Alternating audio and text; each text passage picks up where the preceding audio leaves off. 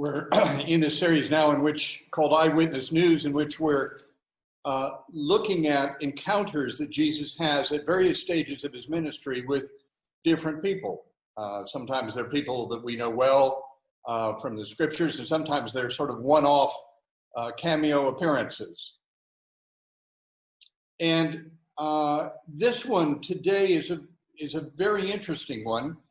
It is with what is in some Bibles called the Canaanite woman or the Syrophoenician woman who lived in the region of Tyre and Sidon, which is in the north above Israel. It's outside of Israel. It is in fact the only time that Jesus left the territorial confines of Israel itself in his entire ministry. He and some of the disciples were up there.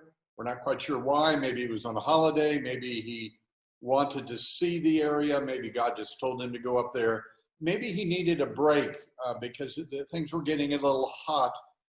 They were certainly, he was being persecuted and found a very difficult time around Jerusalem. But even in the Galilee, it was getting a bit difficult at this stage of his ministry. It's worth noting also that Matthew, who wrote about this particular encounter and event, was probably with him and an eyewitness to the encounter itself. And so he puts down quite a lot of detail in it. The Syrophoenician woman would have been a native of that area, not Jewish, probably Greek-speaking, and had spent it would appear most of her life in that area. She was not a well-traveled woman. Now, the facts of the encounter speak for itself, and we'll go through them. But the understanding and interpretation varies.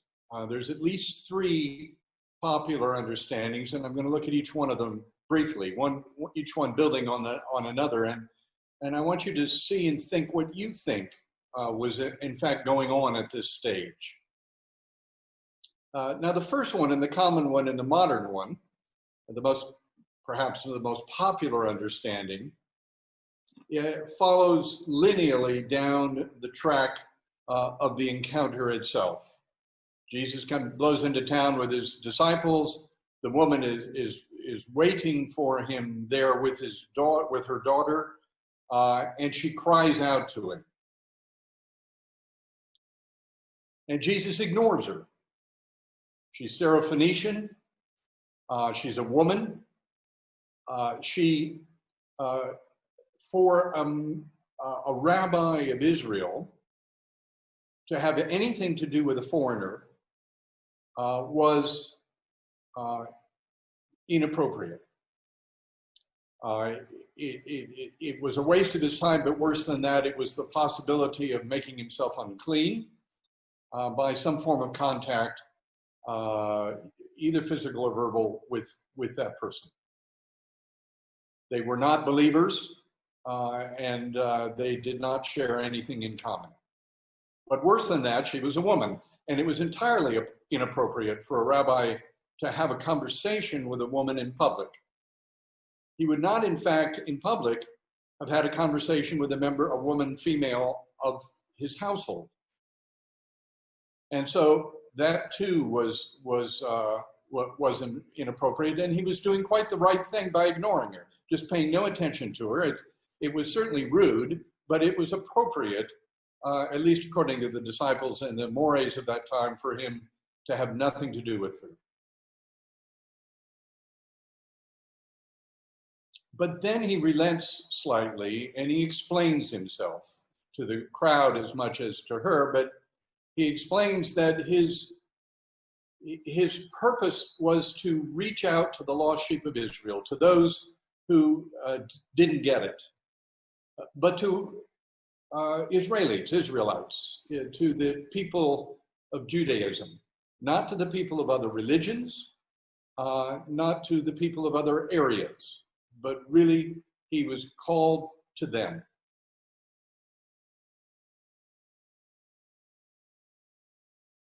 Now, if she'd been an ordinary person, that would have been it. He'd already been too kind to her by explaining, which he probably was doing for the sake of the disciples anyway, and was moving on, when she cries out again a second time. And she asked for Jesus to help her. She knelt in front of him and says, "Help me." Jesus, already having ignored her and snubbed her, now turns to her and insults her and says that it's not right for her to do anything with her, particularly not to give her the things that are reserved for Jewish people. She is, after all, a lesser human being. She is like a dog. And to give her anything that he might give to a Jewish person would be to waste it on her. Horrible, horrible words, racially discriminative words, nationally discriminative words, gender discriminative words, religiously discriminative words. But she doesn't break into expletives, and she doesn't threaten him, and she doesn't abuse him verbally or even break down in tears. But she responds to him cleverly and in his own terms, and says even the dogs get the crumbs, just a little bit of something, just the slightest bit of what we don't deserve, but which you have in abundance, is all I'm asking for. A very unusual response from a foreigner who obviously knows the way that Israel thought in those days. And the popular understanding is that Jesus, having behaved appropriately, according to the local, to what a rabbi should have, then is so surprised and overcome with compassion that he affirms her in her faith and grants her request and heals her daughter. Now, that's the positive. It heaps good things on Jesus, but it probably isn't the full truth. And that is how we would tend to see things in today's culture. Let me give you a second possibility, which is another one, which is one which some people put forward. And that is that Jesus, who was always watching to see what God was doing, what the Father was doing. He said, "I and the Father are one. I only do what I see the Father doing." Realized suddenly in the midst of this encounter, this exchange somewhere, that something very special and different was going on. That in fact, the Father had already prepared something unusual through this woman.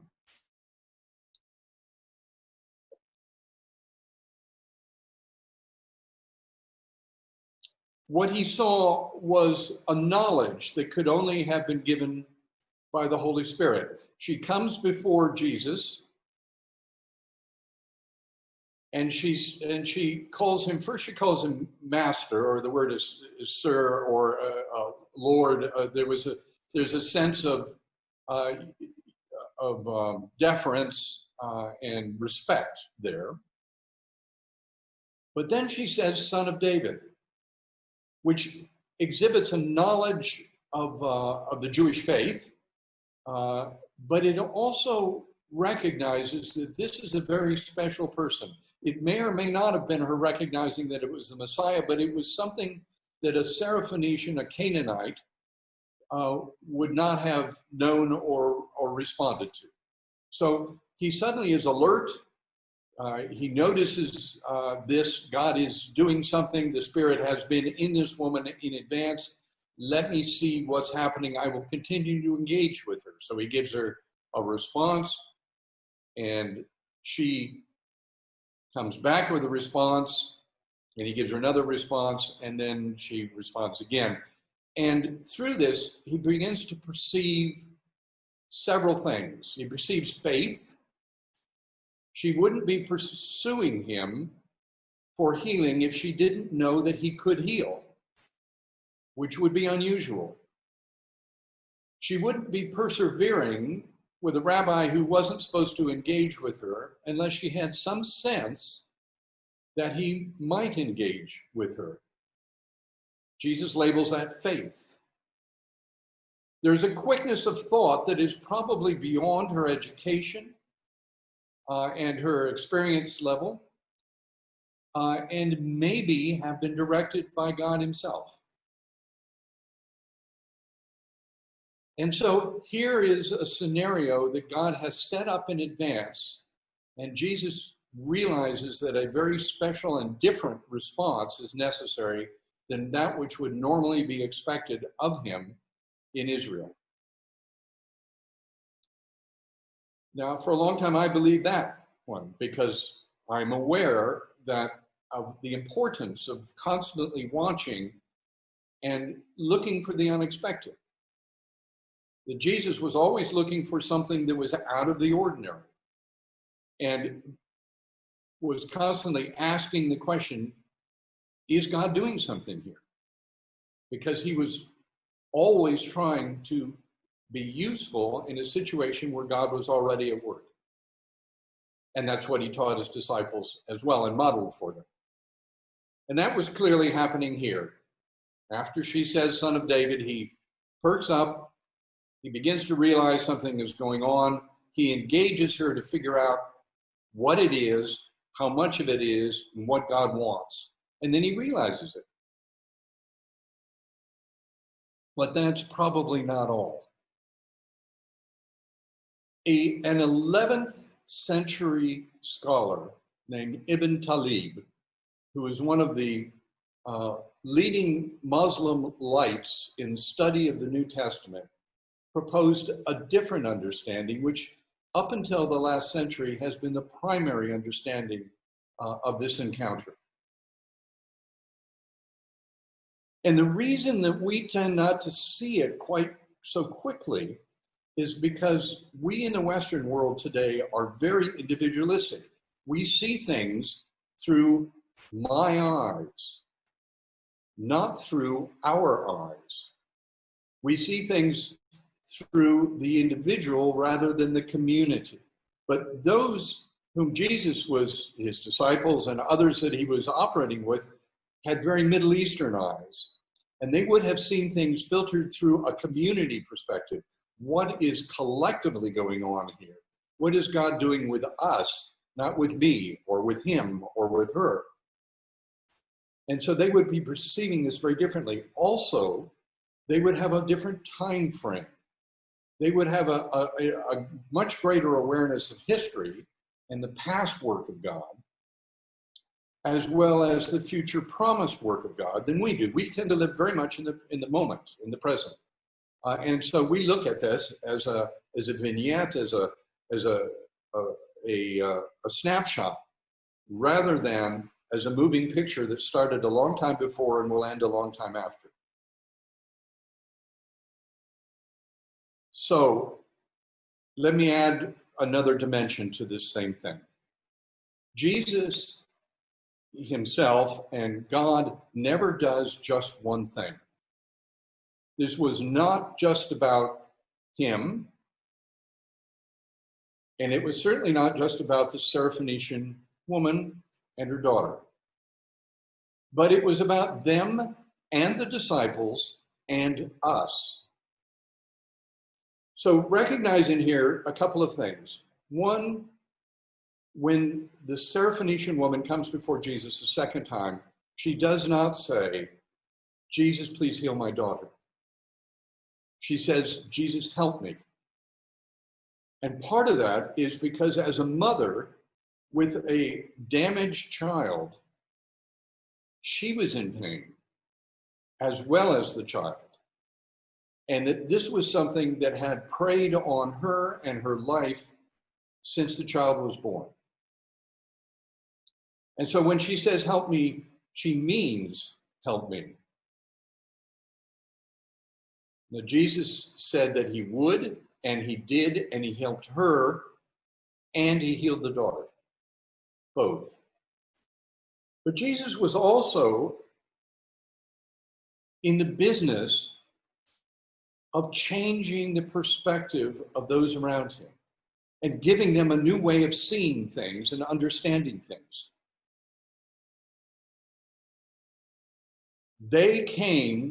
The disciples, came to this encounter with a very Israelite mindset.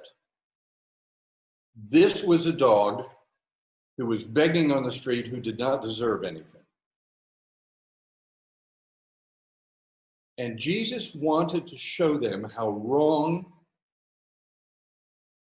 and evil that way of seeing things was. In addition to which, he wanted to heal the woman, not just the daughter, and so that she would be affirmed in a way that could only be done specially, not just through words. So he challenges her 3 times in these 3 stages in order to bring out of her the best that God had put in her, and so that she herself, as well as everybody around, could recognize that she was a woman of worth, not just a woman of faith, but a woman of great worth. And so it was very hard. He insulted her, and then he insulted her, he ignored her, and then he insulted her, and then he challenged her.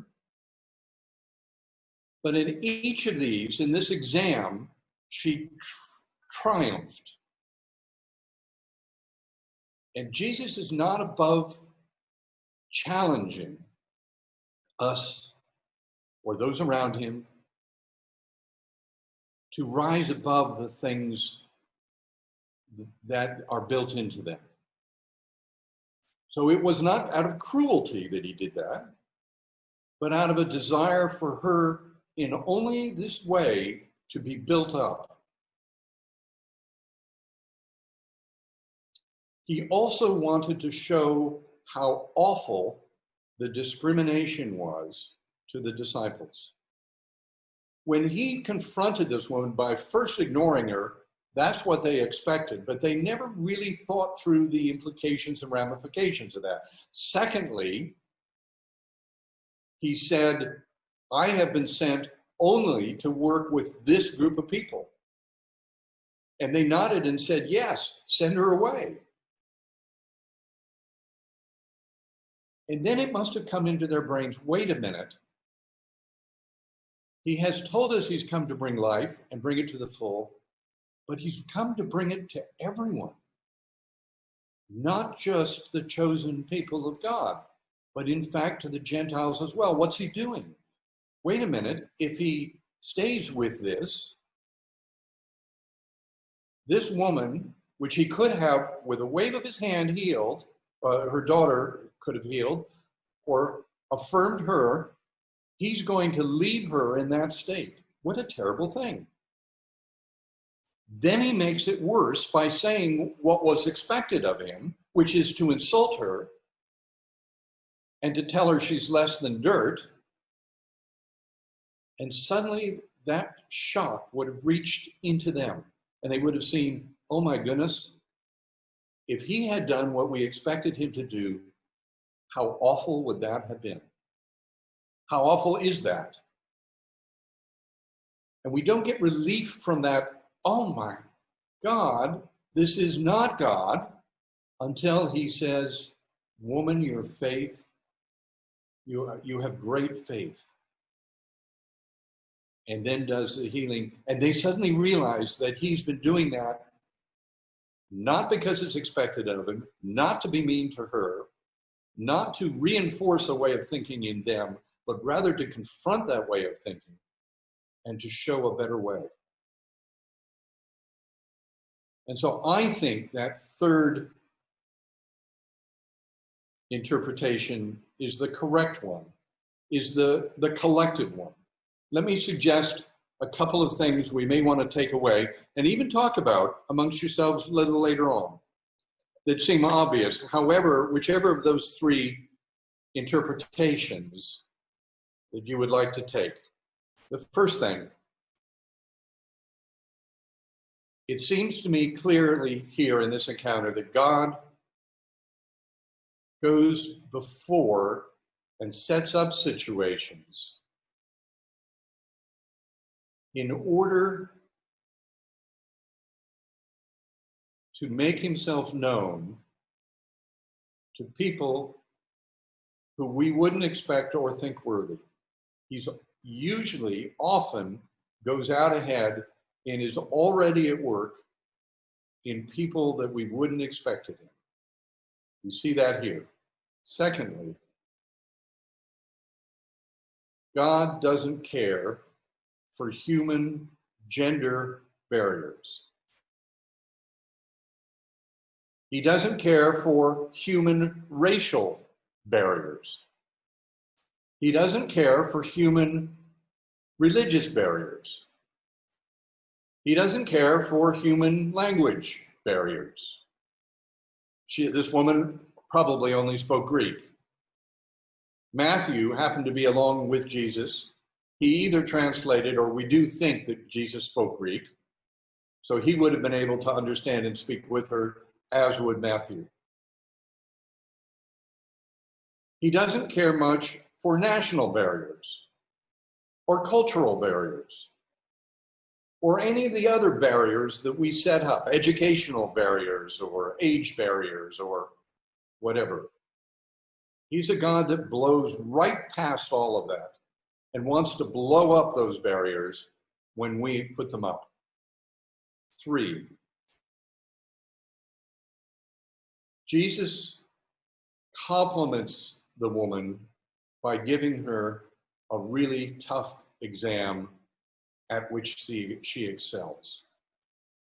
Do not think that Jesus or God in us wants to just make the exams easy. He often sets the bar very high for us so that we can surprise even ourselves when we get over it. Sometimes he gives us a little shove to help us. But he doesn't make it easy sometimes. Fourthly, evil cannot be redeemed until it is exposed.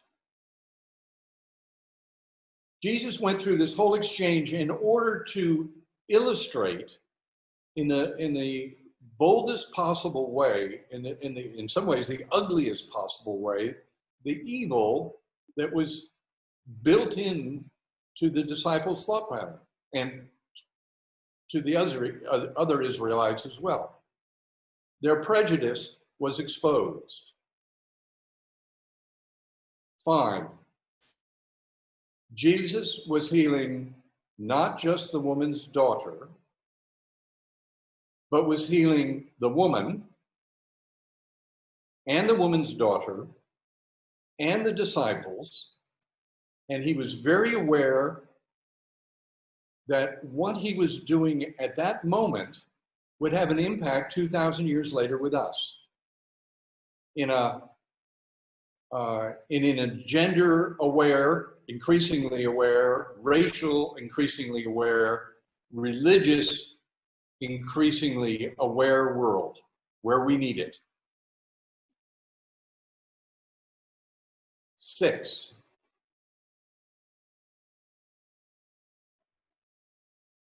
Jesus recognized and rewarded faith. And that faith was a risky faith and a painful faith for that woman. But that faith opened the doors to all of this healing that was going on, to the disciples, to the daughter, to us, to herself by her faith. He recognized it and he rewarded it. And then I guess finally, and this is perhaps the obvious one, that no one encounters Jesus under any circumstances, in any significance, who isn't impacted seriously and for the better. Amen. Amen.